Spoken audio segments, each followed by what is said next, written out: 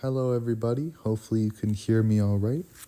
I'm not sure, but I'm just going to go with this because I want to get this out. I'm going to be starting a new series today where we examine different parts of the body.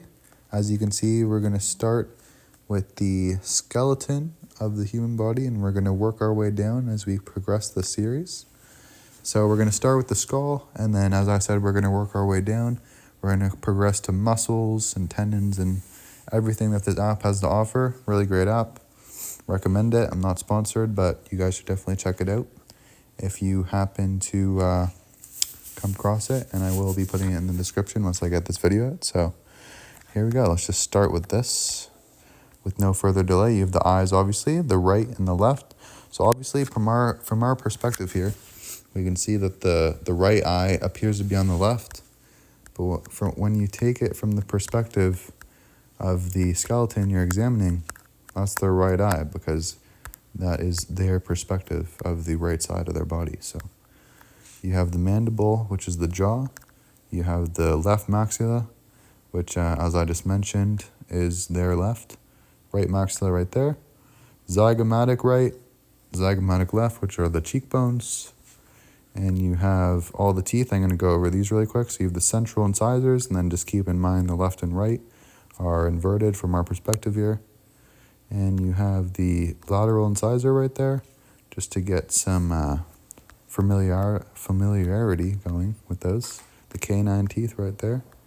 First premolar, second premolar, and then you have the first molar and the second molar right there, which are just a little bit anterior to your wisdom teeth, and then it's just the same on the right side over there.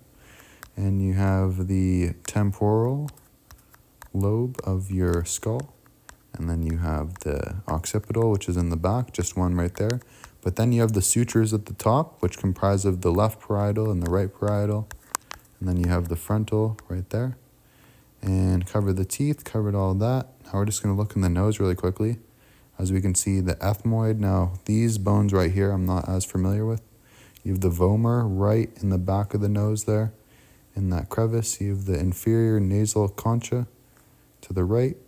And still abiding by the principles we discussed just now.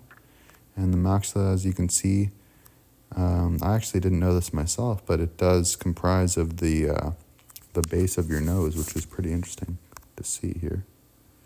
And that seems to be about all I can access from inside of the nose. And one other thing I wanted to go over here was the C1 atlas, which is your cervical vertebrae. But as you can see, there's the atlas and the axis, which obviously act as stability for your axial and appendicular parts of your body, which the axial, if you didn't know, is your central nervous system comprising of your brain and your spinal cord, and then the appendicular is all your extremities.